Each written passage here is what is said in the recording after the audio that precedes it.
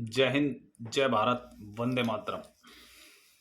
सभी पूर्व सैनिक साथियों को मेरा सादर प्रणाम। साथियों, मैं पूर्व सैनिक महेश चौहान आपके साथ लाइव होने का वही एक मकसद, विषय ओआरओपी।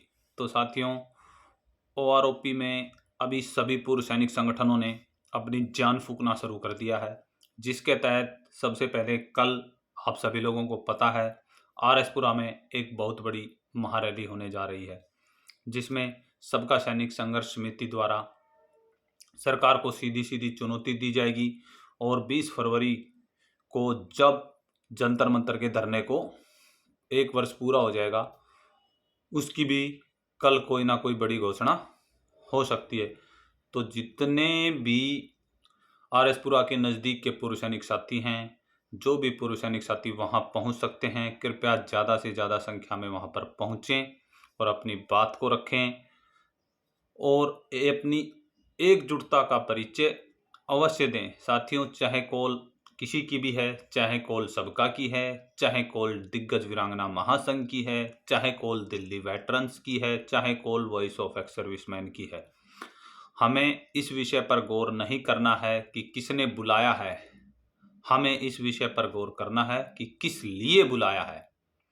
तो जो कल की सबसे पहले सबका सैनिक संघर्ष समिति की कॉल है, जो पिछले 12 महीनों से जंतर मंतर पर हमारे कुछ साथी बैठे हैं, उन्हीं के आह्वान पर कल जम्मू आरएसपुरा में प्रातः 11 बजे एक पूर्व सैनिकों का विशाल जनसमूह एकत्रित हो रहा है। तो मेरी आप सभी से अपील है कि ज़्यादा से ज़्यादा संख्या में उसमें पहुँचें। उसके बाद जो अगला कार्यक्रम है हमारा 11 फरवरी को ही, जो एक दिग्गज वीरांगना महासंघ बनाया गया था फेडरेशन ऑफ वेटरन एसोसिएशन की पहल के तहत, जिसमें 12 फ्रंट्स जुड़े हैं, जिसमें इंडियन वेटरन ऑर्गेनाइजेशन और भी काफ़ी बड़े बड़े संगठन जुड़े हैं। उन्होंने एक कॉल की है 11 फरवरी से लेकर 18 फरवरी तक पूरे भारतवर्ष में पूर्व सैनिक न्याय यात्रा। साथियों, यह पूर्व सैनिक न्याय यात्रा भी हर गांव में, हर जिले में जाएगी, जो कि 11 फरवरी से शुरू हो जाएगी और इसका समापन 18 फरवरी को रेवाड़ी में होना है। तो सभी जिलों के छोटे बड़े संगठनों को आह्वान दिग्गज वीरांगना महासंघ ने किया है कि वो इस न्याय यात्रा का हिस्सा बने और जब आपके गांव, आपके शहर, आपके मोहल्ले से यह यात्रा निकले तो उसके साथ जुड़ें और एक भारी काफिला पहुंचे 18 तारीख को रेवाड़ी। उसके बाद तीसरी कॉल हुई है जंतर मंतर से ही। जंतर मंतर ने बोला है कि 20 फरवरी को हम एक बहुत बड़ी रैली करेंगे, जिसका हम 4 फरवरी के बाद उसकी जगह और उसका समय बताएंगे। हाँ, उन्होंने ये इतना ज़रूर क्लियर कर दिया है कि 20 फरवरी को एक विशाल विरोध प्रदर्शन ओआरओपी के लिए होगा। वो जंतर मंतर पर होगा या कहाँ होगा, वो भी आने वाले समय में आपको पता लग जाएगा। तो साथियों, अभी हमें सिर्फ सारी कॉलों में बढ़ चढ़कर हिस्सा लेना चाहिए और बिल्कुल लेना चाहिए एक पूर्व सैनिक होने के नाते, लेकिन हमें कुछ चीज़ों का इस समय ध्यान भी रखना होगा कि कहीं ऐसा तो नहीं है कि कुछ लोग हम पूर्व सैनिकों के वोट बैंक को दिखाकर, जैसे पहले हुआ है कि हमारे पूर्व भोले भाले पूर्व सैनिकों के वोट बैंक को दिखाकर कुछ चुनिंदा लोगों ने फायदा उठाया है, कहीं इसी प्रकार की मंशा तो नहीं है कि 2024 का इलेक्शन नज़दीक है, आपकी भीड़ का कोई और फायदा उठाए। उसका निर्णय आपको अपने बुद्धि और विवेक से लेना है। किसी के कहे पर हमें नहीं चलना है। यह बात अलग है कि हमें ओआरओपी के आंदोलन में सबके साथ मिलकर चलना है, लेकिन यदि कोई भी हम पूर्व सैनिकों का राजनीतिक लाभ लेना चाहेगा तो उसे ये पूर्व सैनिक नहीं लेने देंगे, क्योंकि आज का जो पूर्व सैनिक है, जो युवा पूर्व सैनिक है, वो पढ़ा लिखा और जागरूक सोच वाला पूर्व सैनिक है।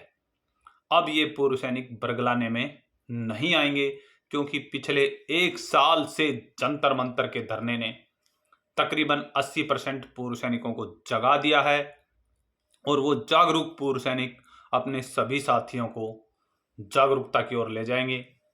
तो साथियों, इस चीज़ का भी विशेष ध्यान रखना है हमें कि 2024 के इलेक्शन में हमारा इस्तेमाल ना किया जाए, क्योंकि सदा से ही पूर्व सैनिकों के वोट बैंक का इस्तेमाल अलग अलग सरकारें करती आई हैं, चाहे वो बीजेपी की सरकार हो, चाहे वो आम आदमी पार्टी की सरकार हो, चाहे वो कांग्रेस की सरकार हो या कोई और सत्ताधारी पार्टी की सरकार हो।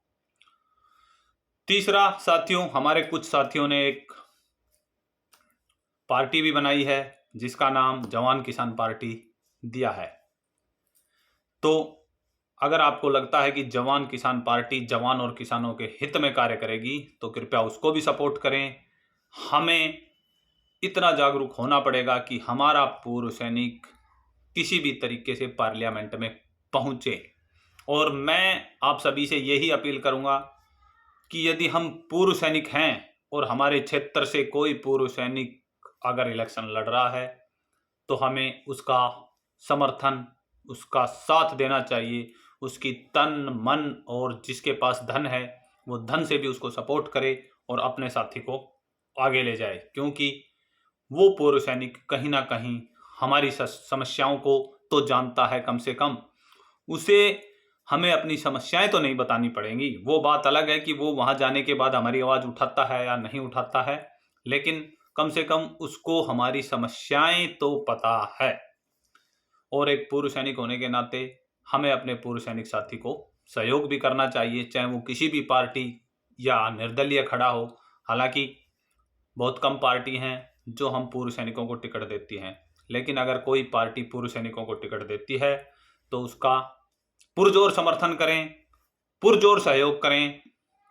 और मैं आप सभी के माध्यम से, आप सभी के चैनल के माध्यम से, फौजी न्यूज़ 24 से यह भी घोषणा करता हूं कि जो भी हमारा पूर्व सैनिक साथी किसी भी स्थान से इलेक्शन लड़ेगा तो फौजी न्यूज़ 24 उसका मीडिया पर, सोशल मीडिया पर पूर्ण रूप से प्रचार और प्रसार करेगा। क्योंकि यदि हम फौजी न्यूज़ के नाम से चैनल चला रहे हैं तो हमारा भी दायित्व बनता है कि अपने फौजी साथी की मदद की जाए। तो साथियों, अभी इलेक्शन नज़दीक है। यदि अभी भी हम अपनी शक्ति या अपना वोट बैंक सरकार को नहीं दिखा पाए तो कभी भी नहीं दिखा पाएंगे। इसलिए कल की कॉल पे भी जल्द से जल्द, ज़्यादा से ज़्यादा लोग वहाँ पर पहुँचें जो वहाँ पर पहुँच सकते हैं।